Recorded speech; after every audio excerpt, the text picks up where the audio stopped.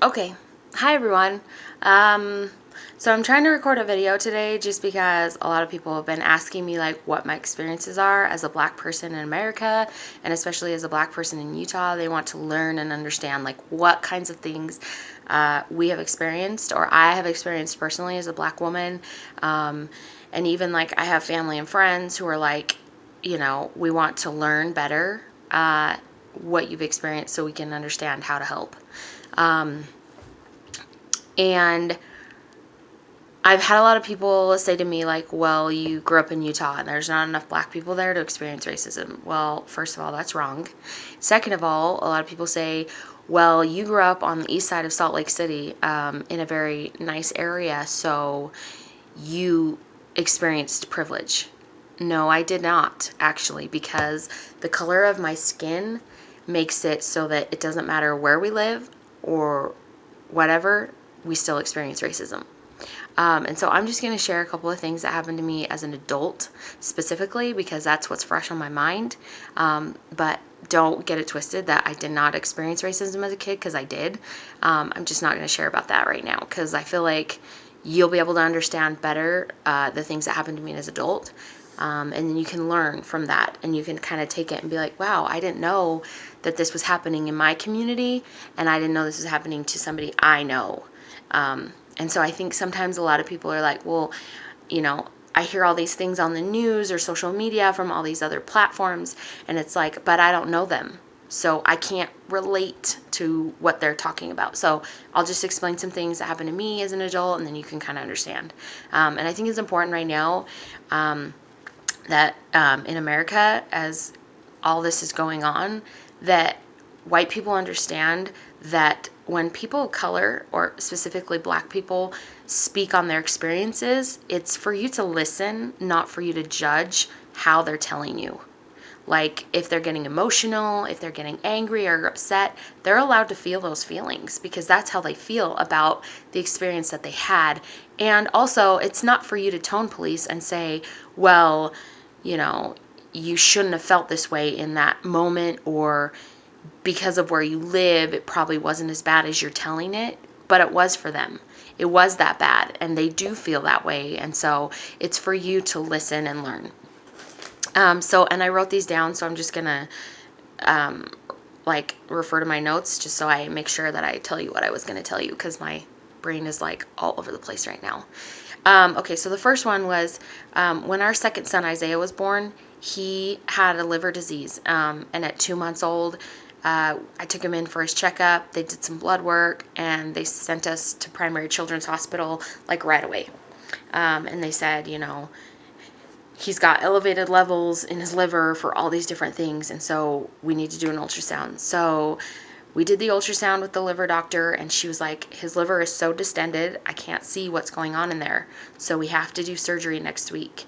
And surgery will either tell us that, things are okay in there and that his liver just has like an infection to be treated with antibiotics and it'll go down and then everything will be fine. Or there will be all these things that we need to fix in there and, whatever. And so we went in on a Friday, and we had to be there all weekend for like all these tests and scans, and then they were going to send us home on Sunday night to come back on Tuesday morning for the surgery. So during that weekend, we had to see all these different specialists for all these different things. And I remember Dwayne and I had to go see this doctor, and I cannot remember what specialty he was, and I don't remember his name, and I'm pretty sure he was probably like an intern or something, if I remember correctly, like just doing like a couple years there or something. And we sat down to talk to him, and he's like, hi, it's nice to meet you. And we were like, hi, and we're already like sleep deprived. I'm postpartum. We've heard so much information from so many different doctors that we're just like information overload. And he says, so where are you guys from? And I said to him, well, I'm from Murray and Dwayne's from Sugar House. So we're from Utah. And he was like, no, I meant, where are you from? And I was like, again, I was born here. Dwayne was born here. We're from Utah. And he's like, no, I meant like before the hurricane. And we looked at each other like, what did he just say? And he's like, yeah, before Hurricane Katrina, where did you live? And then you had obviously you were displaced by the hurricane, so now you live here. And we looked at each other like, is he serious? Did he just ask us if we lived somewhere where we were affected by the hurricane after we told him twice that we are from Utah? So yes, there are black people in Utah who were born and raised here, who have lived here their entire lives. And that would be us. And so that was like one experience that we experienced. And it was just like an odd situation. The other incident that I want to talk about is after I had my daughter Soraya. So she has a summer birthday. It's really late in the summer. It's the end of August. And so that next summer, which would have been the summer of 2010, my family is from a county in Utah called Sanpete County. And if you know it, you know it. It's in the central of Utah. And so that year for our family reunion, they wanted to do a family reunion at this lake called Palisades Lake, which is kind of by Gunnison, Utah. It's in between Manti and Gunnison, kind of in that area. So if you know where that is. And Dwayne couldn't go because he had to work. So I had to take the kids with my mom and my grandpa to this family reunion. And my mom and my grandpa are not like really into camping. So we ended up renting a motel room, like a suite in Manti, which is like the closest city that has, amenities and stuff. So that we could just drive into the lake in the morning and go to the family reunion. And our family was given the assignment to bring dessert to the lunch that we usually have with our entire family. Like we do a day of activities, and then we have like a big lunch, and then we have like a silent auction or an auction, and then we have like a talent show. So that's kind of how our family reunion usually goes.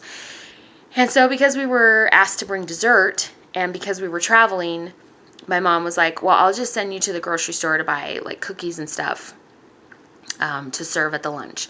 And because I went to Snow College, which is in Ephraim, I know the area pretty well. I know Sanpete County pretty well because I've been there a lot, and I used to live there. So I had Soraya with me. She was probably 8 or 9 months old.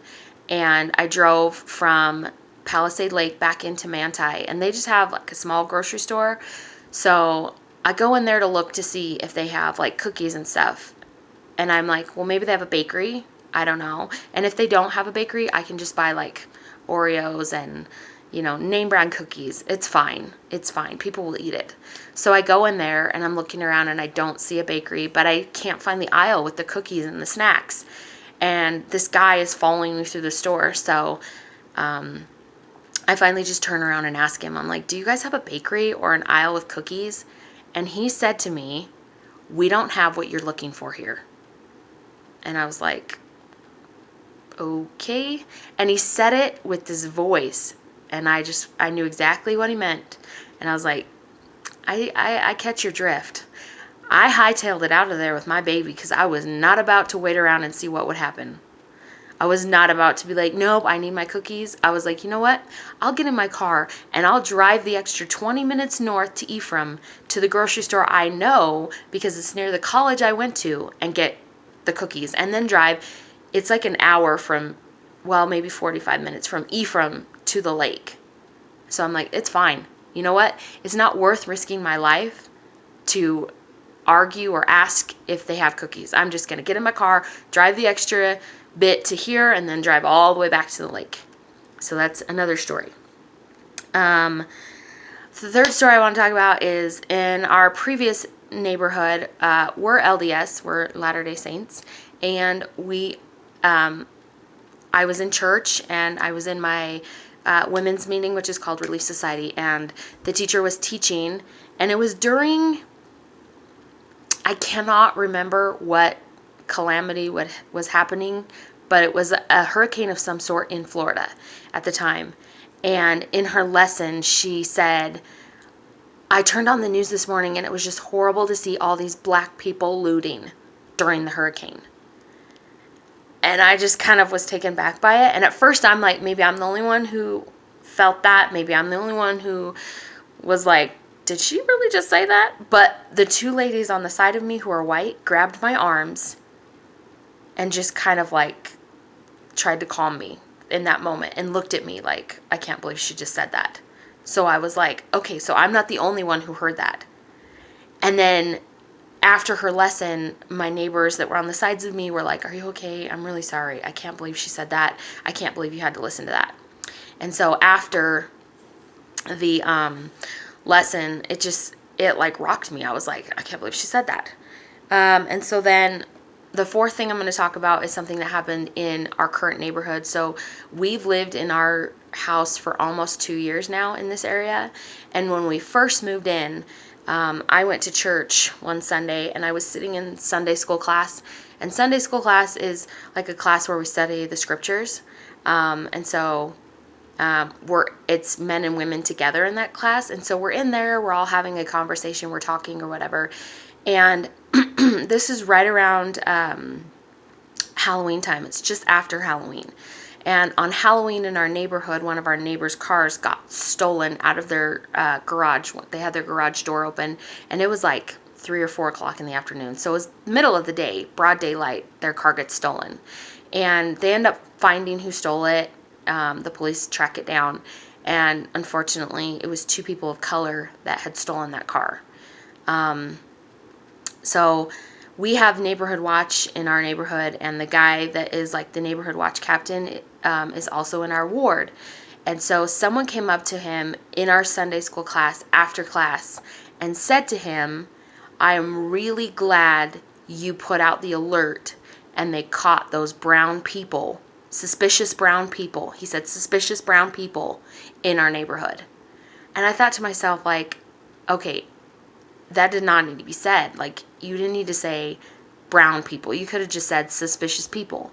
Because if we love one another and we all love each other, there's no need to like point out the color of somebody's skin when you're telling a story about something. You know, you don't need to do that. Like, you can just say it's a person. And I'm standing right there and he says it loud enough for me to hear. He wasn't whispering. You know, and I felt like, okay, he said that loud enough for me to hear because he wanted me to understand that he finds brown people suspicious. And so that like hurt my feelings. And I'm new to the ward, so I don't know him. I don't know what his intentions are. You know, I just know that in that moment, I felt unsafe. So I contact the elders quorum president and the bishop that day because I had told Dwayne how outraged I was by this comment, and we contact them. So the elders quorum president comes over to our house later that night to like see how we're doing and to talk to me and to tell me like, I'm really, really sorry that this happened. The bishop is contacting him and letting him know that what he said was offensive to you, and so that he can like understand. And I'm hoping, in this moment that we're going to have like this good dialogue and this good conversation. But we don't. What I get is an email back from this guy in our neighborhood. And he basically says, like, I can't believe you were offended by my comment. And in that moment, sorry, I'm stretching my legs. In that moment, I'm like, wait, what? Like, you don't get to tell me how I should feel about your comment. We might have a dialogue about it and I might understand how you really felt about it, or you might clarify what you said and then I'm able to understand you better or whatever. But you don't get to tell me how I should have felt in that moment. And then he proceeds to tell me that, like, he's been home teaching these families for all these years in our ward and he's never had a problem with them and they love him and their kids love him. And I'm like, okay, but we are the black family. So whatever you taught them and however they felt about you doesn't matter in this situation. And my feelings mattered in that situation. And he diminished that by saying, well, I can't believe you feel that way. And so I think a lot of times we listen to stories of people of color and black people, and a lot of times people want to, diminish how they feel or diminish the situation and say, well, she shouldn't have felt that way. It wasn't like that. But that's what we felt. That's how we feel. So you can't say that. And then, so these are the kind of things to me that have happened in my life. And in case you didn't know the term, what they're called is called microaggressions. And I'm just going to read you. I Googled microaggressions so I could give you like a definition, so you could understand better what they are. But microaggressions have been defined as brief and common daily, verbal, behavioral, and environmental communications, whether intentional or unintentional, that transmit hostile, derogatory, or negative messages to target a person because they belong to a stigmatized group.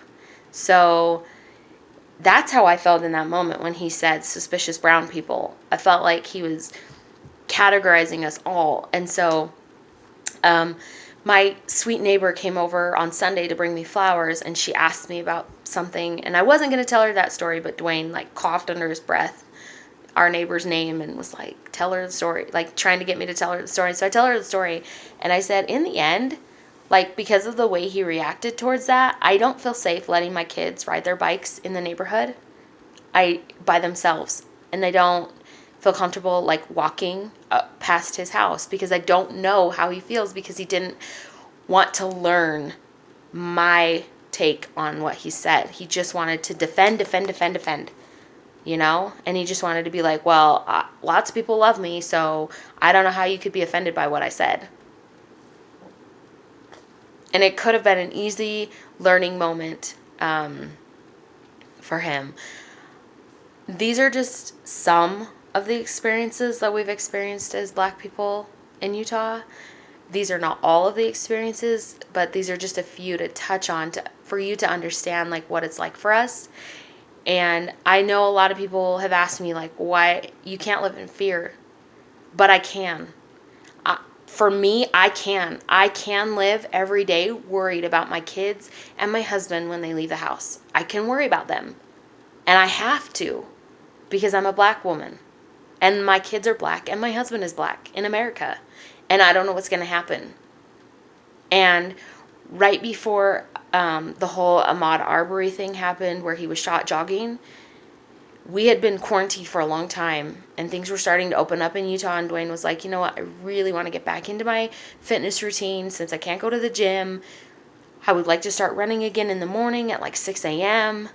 And I was like, well, why don't you take like one of the neighbors with you? Like, why don't you call one of the guys in the neighborhood that you've seen like jogging around and ask them if they want to run with you? Because I feel like that would be safer if you were running with someone who's white, instead of running by yourself or running with one of our kids or running with me. And he was like, yeah, I could do that. And then like we just got busy that week and he hadn't called anybody yet. And then the Ahmaud Arbery thing happened, and it like shook us, because we were like, oh, maybe we shouldn't even try to be running. Like, it don't matter who's outside with us. Maybe Dwayne should just not be running in our neighborhood. Like, maybe you should just work out in our backyard where it's safe for you, because it's kind of safe in our backyard, and, you know, then you're not out and about with people you don't know, you know? And so I just want you to understand those are the kind of things that we have to, like, think about. And it doesn't matter what part of the country we live in. It doesn't matter if we live in Atlanta or Detroit or Washington, D.C. or New York City, where it's more diverse. We live here in Sandy, Utah, and we still have to think about the same things those people think about in other parts of the country and other parts of the world. So just understand that it's not always easy for us, and be sensitive of that and be aware of that. And when you see things happen, you know, say something. Explain to people what is happening. With the incident that happened in my Relief Society, I had to contact the Relief Society president, and she came to our house and sat with me and cried with me and was like, I am so sorry that you had to sit through that lesson. I'm so sorry that you had to hear that. Those are the kind of things that need to happen. And then you need to speak up against it, and you need to say, like, to that teacher or that person who said whatever they said, I'm not okay with that. When someone tells a racist joke and says, oh, but I'm not racist, you need to be like, oh, but I think you are, and actually your joke wasn't funny, it was very racist. Like, you need to stand up in those instances and speak out against it. It's not enough to just be quiet and be like, I'll pretend I didn't hear you, I'll pretend you didn't say that, And I'll pretend that I don't know anyone black and that I'm not offended by what you just said. And the other thing that I'm going to say, because I've had so many people say this to me, that it's just like needs to be addressed. Never should you come into a conversation with a black person and say that you understand how they feel because you dated, lived with, went to school with, have family with people who are black. If you are not black yourself, you cannot understand how they feel or what they experienced in that moment. You can feel sympathy, like, you know, you can feel sympathy for them. You can be like, oh, I sympathize with you that you were treated horribly or whatever, you know, and I want to hear how you felt in that moment so that I can help speak out against it. But you should never, ever, ever say, well, my boyfriend in high school was black, so I know how you feel. Or my neighbor was black growing up, I know how you feel. Or I had a teacher in high school once that was black. Or I watched a Bill Cosby movie. You know, I'm just saying that because it's the name that came to the top of my head. But, you know, like to say that, oh, well, I watched Bill Cosby, so I know how black people feel. Like, don't go there. Just don't go there. Just don't say that. Just listen with an open mind and understand that you cannot physically ever understand how that person felt in that moment. You cannot. Because there's a difference between when you're having an instance with somebody that doesn't like you and when a black person is having an instance with someone who doesn't like them. There are different feelings inside. There are different emotions that we feel. And so it's counterproductive to say that you feel the same way they feel. Because unfortunately, we have to tack on an extra set of emotions and burdens that we have to carry every single day. And that's just the reality of what's happening. And also, I would like to say that I've been posting this for the last couple of days and like over the weekend. This doesn't have, what's going on right now doesn't have as much to do with like Ahmaud Arbery and Breonna Taylor and George Floyd as it does with centuries of racism and systemic racism.